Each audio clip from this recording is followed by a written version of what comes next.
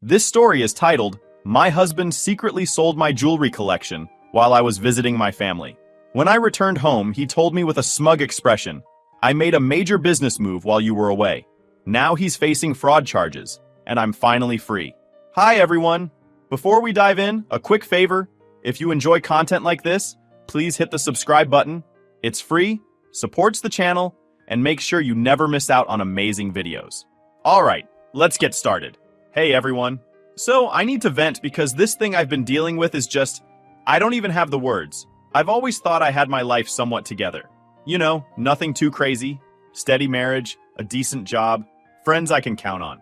But last week my husband decided to throw all that into question with this ridiculous stunt. I don't even know what's real anymore. Let me just lay it out, and you can tell me if I'm losing my mind here. So I'd been away for a few days visiting my family. My mom wasn't feeling great, and since I hadn't seen her in a while, I figured it'd be nice to spend some time with her. My husband, Travis, didn't come because he said he had work stuff to handle, which is pretty normal for him. I didn't think much of it because Travis has always been a guy with big dreams, and I mean big. He's the kind of person who can spend an entire afternoon convincing you that his latest idea is the next big thing. Bethany, this is it. This is going to change everything, he'd say, with that confident grin of his. And honestly, I used to love that about him. He was ambitious, driven, and full of ideas. But with Travis, those big ideas didn't always come with big follow-through. He'd dive headfirst into something, throw everything he had into it, and then, when it didn't pan out the way he wanted, he'd move on to the next brilliant plan. I can't even count the number of projects he's started and abandoned. There was the app he wanted to build, the online store he was sure would go viral, and that time he wanted to flip houses even though we didn't have the money to buy one, let alone renovate it. Anyway, fast forward to when I get back. I walk through the door, dragging my suitcase behind me, and there's Travis, sprawled on the couch like he's king of the world, with a grin on his face. The kind that says, I just pulled off the best thing ever. And he wastes no time in telling me, I made a major business move while you were gone. At first, I thought maybe he got a promotion or closed a big deal, and I was ready to be all supportive wife and whatnot. But then he hits me with, I sold your jewelry collection. I froze. Like, my brain just stopped working for a second, because I couldn't process what he'd just said. My jewelry collection? The one I've been building for years? The pieces that mean everything to me? And not to mention the sheer value of it. Those weren't cheap trinkets. My collection was worth thousands. Some of the pieces had been appraised for insurance purposes, and I knew for a fact that a single item could cover a month's mortgage. I asked him to repeat himself, hoping I'd misheard, but no. He doubled down like he'd just discovered the secret to eternal life. Bethany, it's brilliant. I sold every piece, and it funded my new business venture. You're going to thank me when this takes off. I stood there, stunned. My jewelry wasn't just some random trinkets you grab off a rack. It was my collection, built over years with meaning behind every piece. Some were heirlooms from my mom and grandma. Others were rewards to myself, like the gold necklace I bought after landing my first real job, or the diamond bracelet my mom wore on her wedding day. Every single one held a memory, a story. And now, according to Travis, they were gone. When I finally managed to speak, my words came sharp. What gives you the right to sell something that isn't yours? You didn't even ask me. Do you have any idea how much that collection was worth? Those weren't just sentimental, they were worth thousands of dollars, Travis. Pieces I worked for, saved for, cherished. He brushed off my words like I just complained about the weather. Oh, come on, Bethany. It's not like you even wore half of it. It was just sitting there collecting dust. Now it's actually doing something productive. I couldn't believe what I was hearing. Travis, that wasn't your call to make. That collection was mine. You had no right to touch it, let alone sell it. I demanded. Where is it, Travis? Who did you sell it to? Tell me right now. My voice shook as I struggled to keep from screaming. But he didn't even look up from his phone. It's gone, Bethany. Sold. Why do you even care so much? It's not like it was doing anything useful sitting in a drawer. That was it. Useful? You think you've done something noble here? I snapped. You've stolen from me, Travis. This isn't just about some jewelry. It's about trust. How could you do this and think I wouldn't care? He finally looked at me, but not with remorse. Instead, there was that infuriating smugness, like he was still convinced he'd done the right thing. Bethany, this is bigger than your attachment to shiny objects. I used them to create an opportunity, one that benefits both of us. You're unbelievable, I spat. You stole from me, and now you're trying to justify it. I'm not asking for an explanation, Travis. I'm demanding the truth. Where is my jewelry? But he just stood there, unmoved. It doesn't matter where it is. It's gone. You don't need to know the details. What matters is what I'm building. His refusal to answer made my stomach twist. The audacity, the arrogance. It was like I was staring at a stranger. You don't get to decide what matters, Travis, I said, my voice colder now. You don't get to take what isn't yours and hide behind excuses. I will find out where my jewelry is, and you will be held accountable. And with that, I walked out of the room, leaving him with his delusion. But one thing was clear. I wasn't letting this go. That night, I couldn't sleep. I just kept staring at the empty spot in my dresser where my jewelry box used to be. I wanted to scream, cry, and destroy the house, all at the same time. But then, I remembered something. A few months ago, there had been a string of burglaries in our neighborhood, and I'd gotten paranoid about my valuables. I'd bought these little tracking devices online, tiny things that you could hide in jewelry clasps or on the back of a pendant. At the time, it felt like overkill, but now it felt like a stroke of genius. I got out of bed and grabbed my phone, opening the app that came with the trackers. I wasn't expecting much. I figured the devices might be dead or out of range by now. But when the screen loaded, I was totally shocked. There they were, little red dots on a map, showing the exact locations of my pieces. One of the dots was at a consignment shop downtown. Another had already made its way to some industrial warehouse across the city. One was moving, like actively changing locations as I watched. I had that satisfaction. Travis thought he'd gotten away with this, but he had no idea what I'd done. I spent the rest of the night scrolling through the app, watching as my jewelry traveled from place to place. Each piece felt like a breadcrumb leading me to the truth. By the time the sun came up, I knew one thing for sure.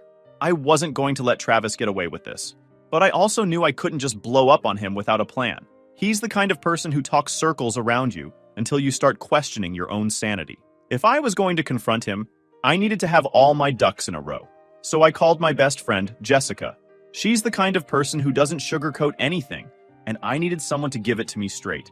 Bethany, Jessica said, this guy's got more red flags than a theme park. I'm telling you, the cops aren't going to stop at the jewelry. They're going to dig up everything. I just felt both validated and overwhelmed. Do you really think I need to involve the cops, though? I mean, it's not like he robbed a bank. He's just Travis. Jessica shot me a look. Girl, stop. He didn't just sell some random junk from the garage. He stole your jewelry, your heirlooms, and he did it behind your back. That's not a mistake. That's a calculated move. And I guarantee you it's only the tip of the iceberg. I knew she was right. As much as I wanted to handle this on my own, the situation was way bigger than me. Travis didn't just cross a line. He bulldozed right over it.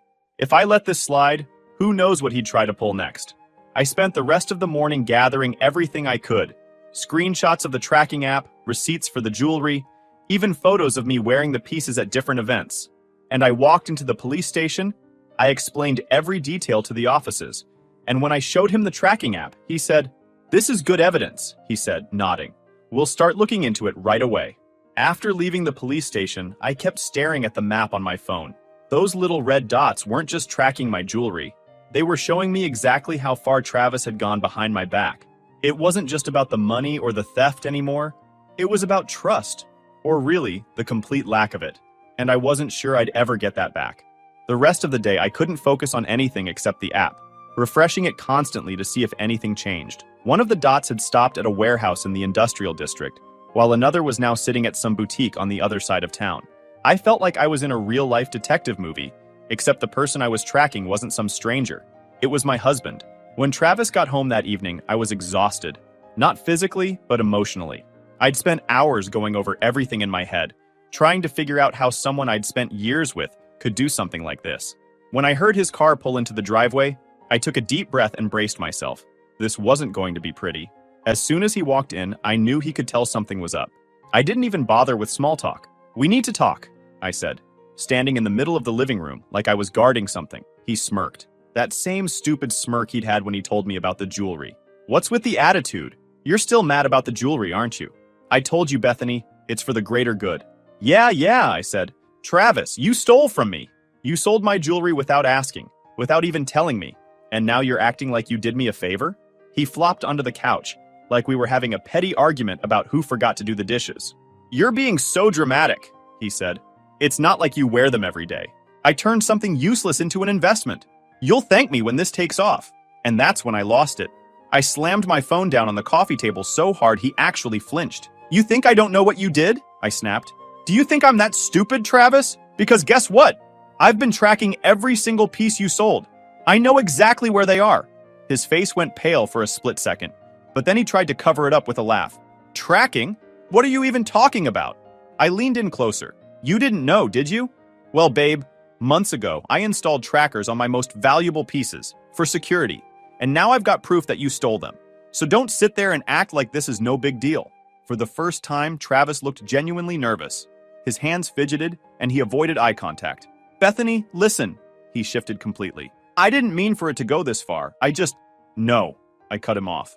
Don't you dare try to spin this. You knew exactly what you were doing. You didn't care about me or how much those pieces meant to me. You only cared about your stupid business empire.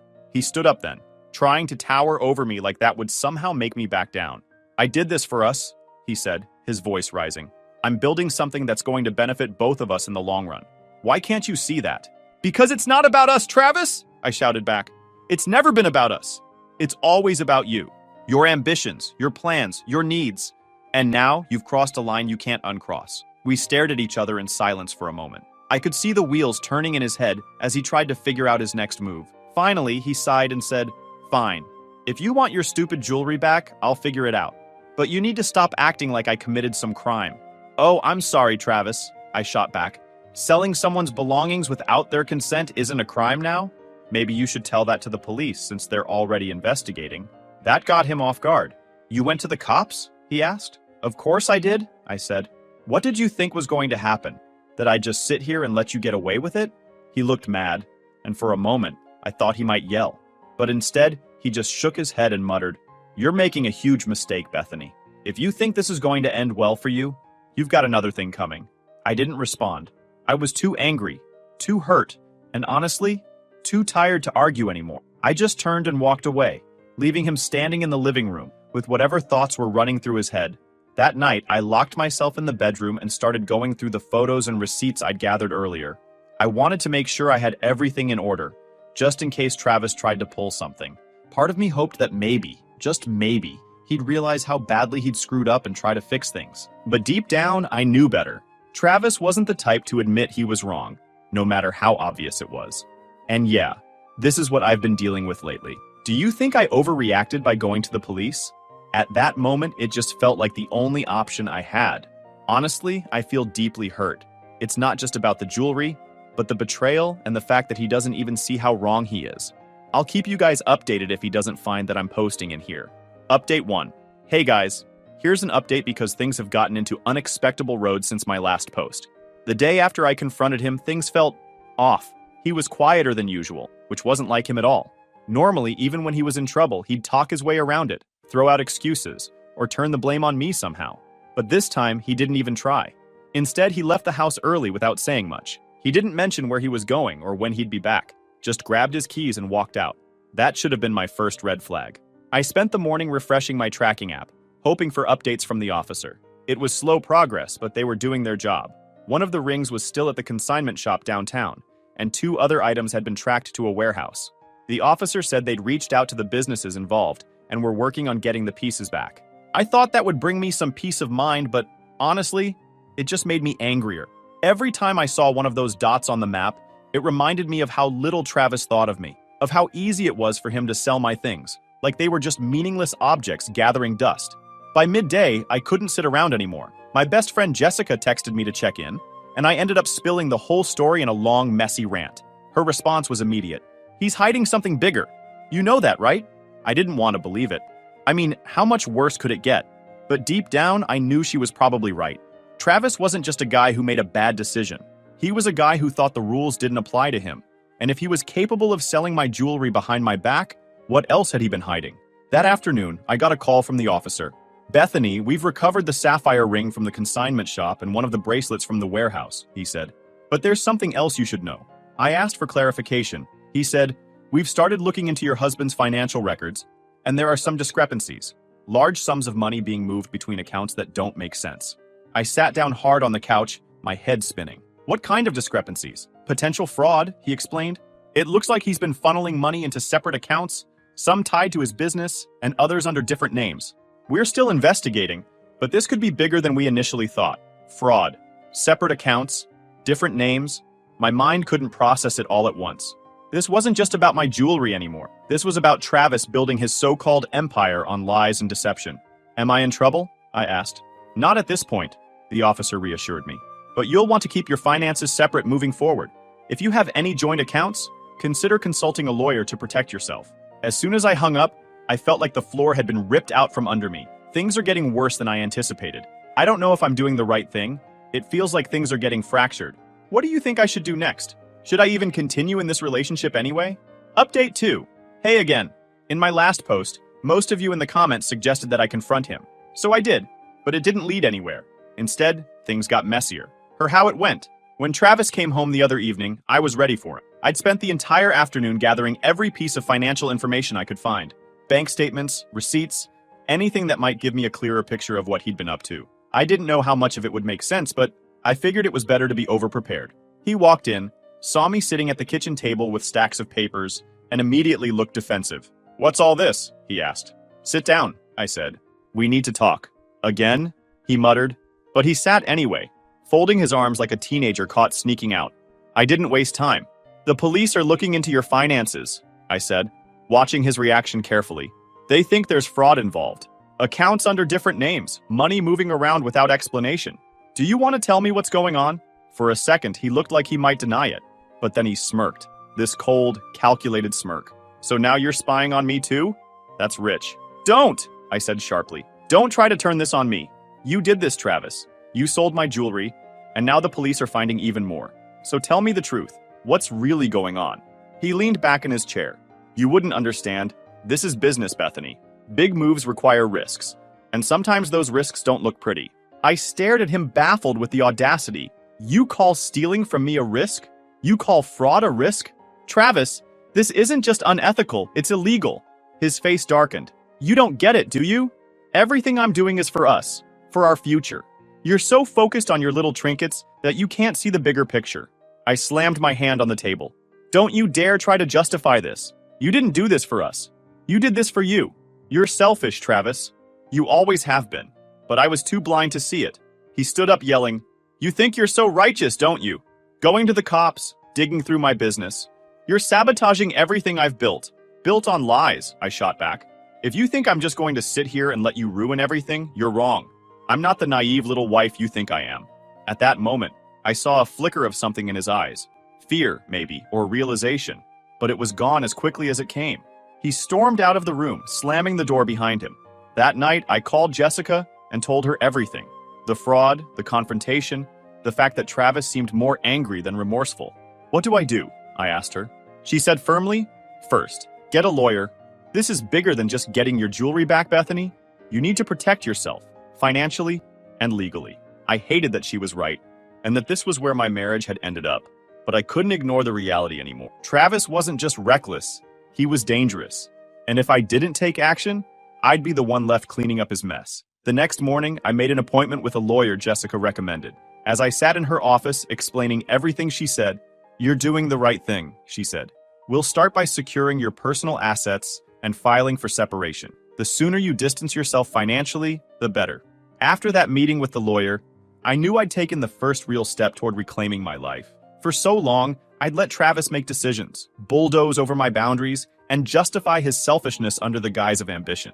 But this time, I was done playing along. I was going to fight for myself, something I should have done a long time ago. When I got home, I opened my laptop and started going through every financial document I could find. Bank statements, credit card bills, even old receipts. I was determined to untangle myself from whatever web Travis had spun.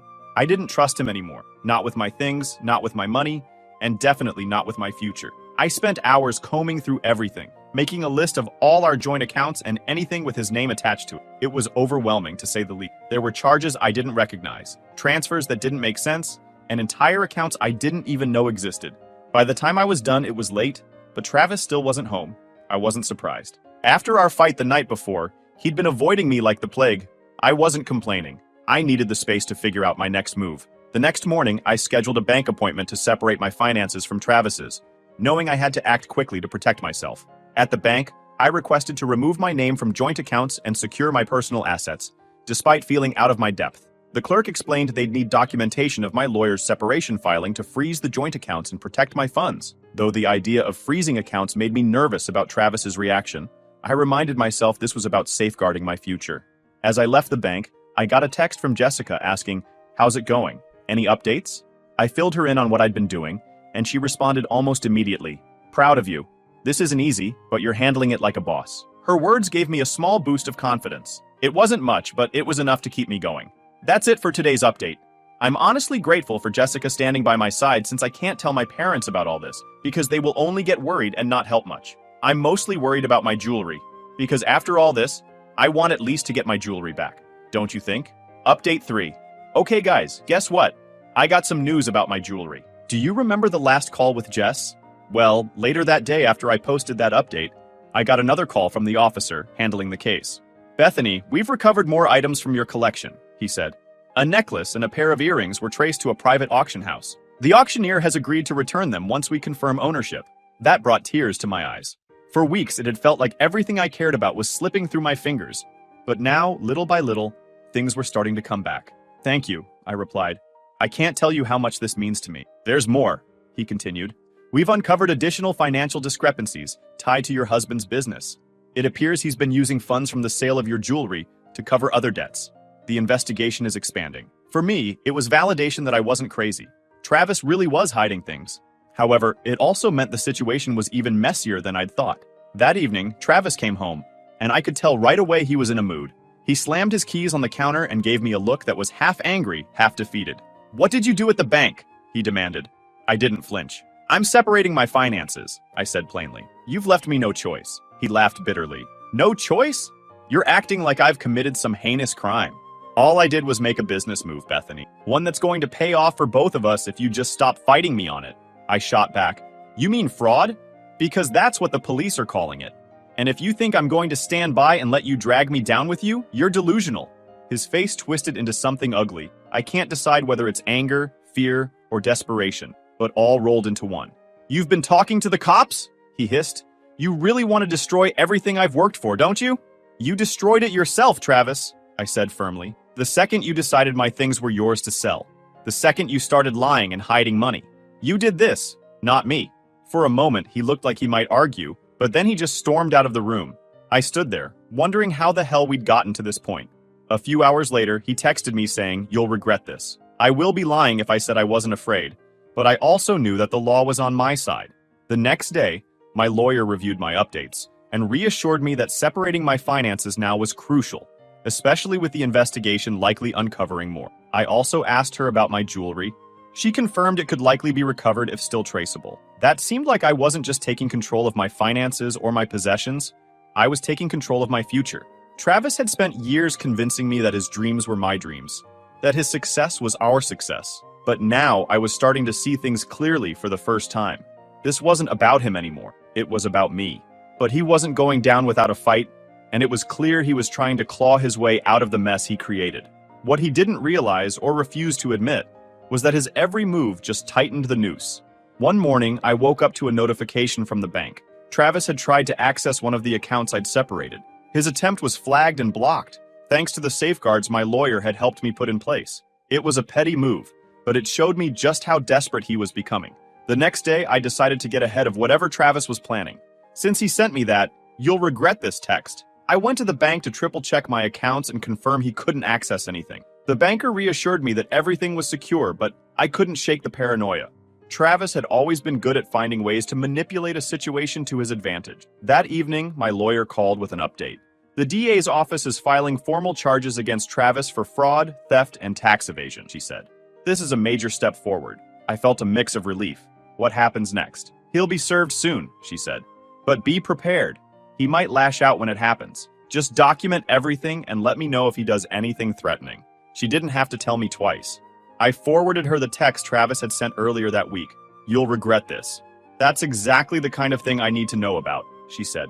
"You're doing everything right, Bethany. Keep standing your ground." Finally, a few days later, Travis was officially served. I found out when he called me, his voice venomous. "You think you've won, don't you?" he spat. "You think you can destroy me and walk away clean." I stayed calm. "This isn't about winning, Travis. It's about holding you accountable." Accountable, he shouted. You're ruining my life. You don't even see what you've done, do you? I didn't do this, I said evenly. You did. For a moment, there was silence. Then he muttered, "This isn't over," and hung up. At this point, I'm done with him. I'm planning to file for divorce because, honestly, how am I supposed to give him another chance after a betrayal like this? It started with selling my jewelry and turned into fraud, then God only knows what he'll pull next? What do you guys think? Final update. Hey everyone, thought of giving you a final update on that mess. I wouldn't say things went great, but at least I stood my ground. So, do you remember Travis's words on that last call? They didn't fill me with fear or make me question myself. If anything, they felt empty, like the last desperate gasp of someone who had already lost everything. And in that silence, I made a decision that felt both inevitable and freeing. I was done. There was no salvaging this, no going back. I needed to move forward, and that meant divorce. The next morning, my lawyer called with an update. "Bethany, the divorce is progressing faster than expected," she said. "With the charges against Travis and the evidence we've provided, the court is likely to rule in your favor regarding assets and financial separation." Hearing those words solidified my choice. This wasn't just about cutting ties. It was about reclaiming my life. Travis had spent years making me feel small, overlooked, but now, for the first time, I felt like I was taking control. The court hearing came a few weeks later. I walked in feeling a mix of nerves and resolve. Travis was there, of course, looking every bit as smug as he always, but this time, it didn't bother me. His charm, his arrogance, none of it had any power over me anymore. The judge reviewed the evidence, from the police investigation to the financial records. My lawyer laid everything out clearly and confidently, leaving no room for doubt. By the time it was over, the ruling was exactly what I'd hoped for. I was granted a full divorce, with no financial ties to Travis. The remaining pieces of my jewelry were to be returned as soon as they were recovered, and Travis was on the hook for his legal mess, not me. As I walked out of the courtroom, Travis tried to catch up to me. He called my name, his voice softer than I'd expected. "Can we talk?" I turned to face him, feeling strangely calm. "There's nothing left to talk about, Travis." He didn't argue. He just nodded and walked away. Watching him leave, I felt an overwhelming sense of relief. This chapter of my life was finally closed. In the weeks that followed, I focused on rebuilding. My lawyer helped finalize the separation of assets, and the police recovered the last piece of my jewelry, the diamond bracelet my mom wore on her wedding day. Holding it in my hands, I felt finally relieved. That bracelet wasn't just an object. It was a reminder of my history, my family, and my strength. Getting it back felt like reclaiming a piece of myself that Travis had tried to take away. Jessica came over to celebrate that night, bringing pizza and a stack of cheesy rom-coms. "To Bethany," she said, raising her soda can in a toast. "The woman who survived a total train wreck of a husband and came out stronger than ever." And I couldn't agree more. And yeah, it's been a few months now, and life looks completely different. My house feels like mine again, a peaceful, safe place instead of a battleground. My jewelry, every piece I got back, is stored safely in a new box. And this time, it's not just a collection, it's a symbol of my perseverance. I'm taking things one day at a time, figuring out what I want my future to look like without Travis or his chaos holding me back. If there's one thing I've learned through all of this, it's that people can surprise you, for better or worse. I never thought Travis would betray me the way he did, but I also never thought I'd find the strength to stand up for myself the way I did. It wasn't easy, and there were moments I wanted to give up. But looking back now, I can say without a doubt that it was worth it. To anyone out there going through something similar, trust yourself, trust your instincts, and don't let anyone make you feel like you're powerless, because you're not. If I can get through this, so can you. Thanks for sticking with me, Reddit. Here's to new beginnings.